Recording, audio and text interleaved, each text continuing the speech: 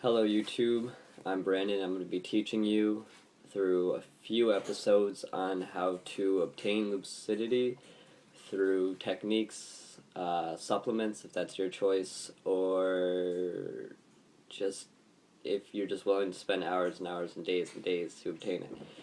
Anyway, lucidity is, if you're not entirely sure what it is becoming conscious in a dream. It sounds weird, but it is possible, and it is absolutely amazing.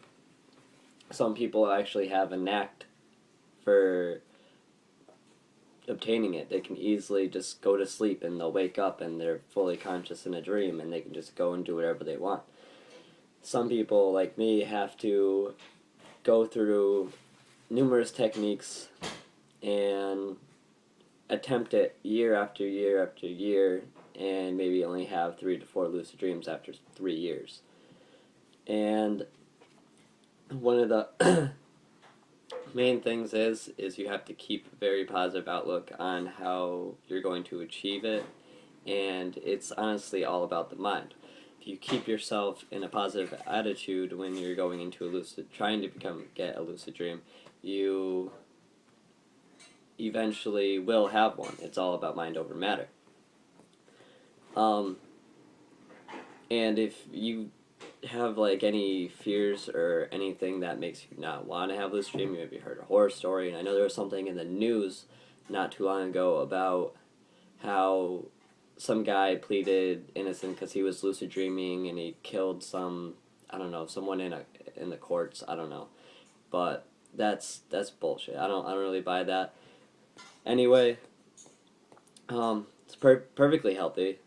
You actually get a more restful sleep if you become lucid in one of your REM cycles, which I will also get into at another point.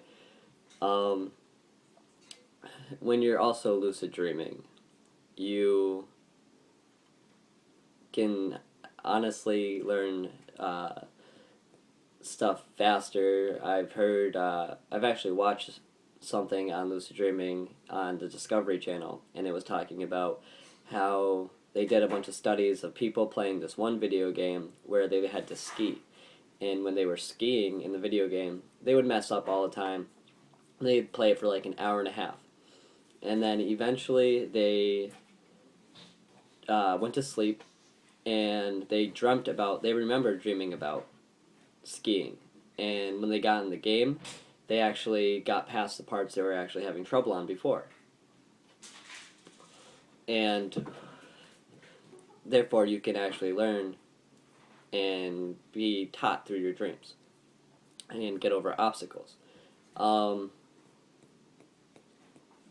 me see. There are actually numerous ways to actually obtain lucidity also. Some of the techniques I can name off is mild, SILD, there's two types. There's SILD, which is 2 S's, and there's 1 S. There's the wild technique, which I prefer, but it's scary as hell. The veiled, the called, and for the names, they're kind of tricky, but the mild is mnemonic-induced lucid dreaming. The wild is wake-induced lucid dreaming.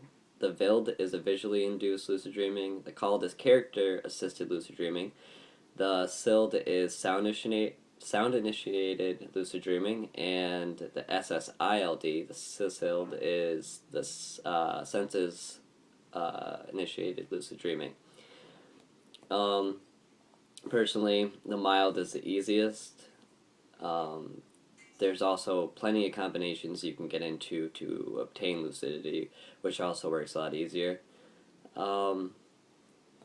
If you are looking for a quick way to become lucid, good luck, because there's not really a quick way to get into it unless you've been doing it for a long time, or you just have the ability to do it right away, which some people luckily do have. But there are supplements. There's tons and tons of supplements. I actually have this supplement, choline bitrate. It just improves brain function, and it works. It makes me have crazy vivid dreams, mostly nightmares, but it depends on the person. Um, there's very useful ways to get your body into realizing it's dreaming and to remembering your dreams. A lot of people say, "Oh, I don't have dreams." Well, that's a lie because everyone has multiple dreams throughout the night. Some people just don't remember because their brain is trained, well, whatever is just a dream. But one very, very, very useful tip to remember your dreams and become lucid more often, and maybe you have lucid dreams every night, but you just don't remember your dreams, is to keep a dream journal.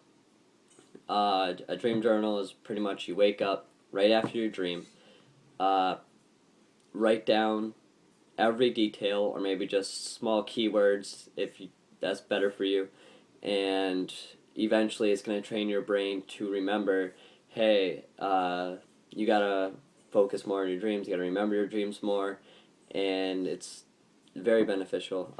Reality checks also are very important.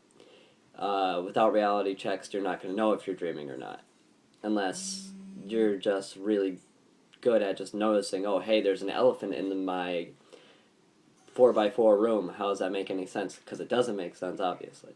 So you're going to realize, oh, I'm dreaming, but you never know.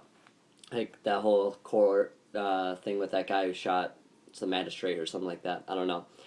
He pleaded that he thought he was lucid dreaming. Well, obviously he wasn't. But anyway, doing a reality check is very easy. There's multiple ways of doing it. One way is to press your finger through your hand. I've never used that. I think that way is, I don't know, I don't know. I never used it, never thought it was very useful. Another way is to look at your hands when you're dreaming. Just look down at them, and then you'll realize, oh, hey, I have an extra finger, or my thumb is actually really big compared to my other fingers. The way I prefer, the one way I prefer to realize if I'm lucid dreaming in a dream is to close my nose and breathe through my nose. The way that works is when you're dreaming and you fall asleep, you don't notice it unless you try the wild technique, which is scary. Your body paralyzes itself as you fall asleep, so you don't act out your dreams unless you're a sleepwalker and you will walk around and act out your dreams and stuff like that. But most people, their body just goes numb, and all your muscles go numb, blah blah blah. You can't move anything, and you're paralyzed. So when you clog your nose, you can still breathe through it, because technically you're just laying there and you're actually not clogging your nose, and your hands are nowhere near your face, and you can still breathe. So there's a very telltale sign.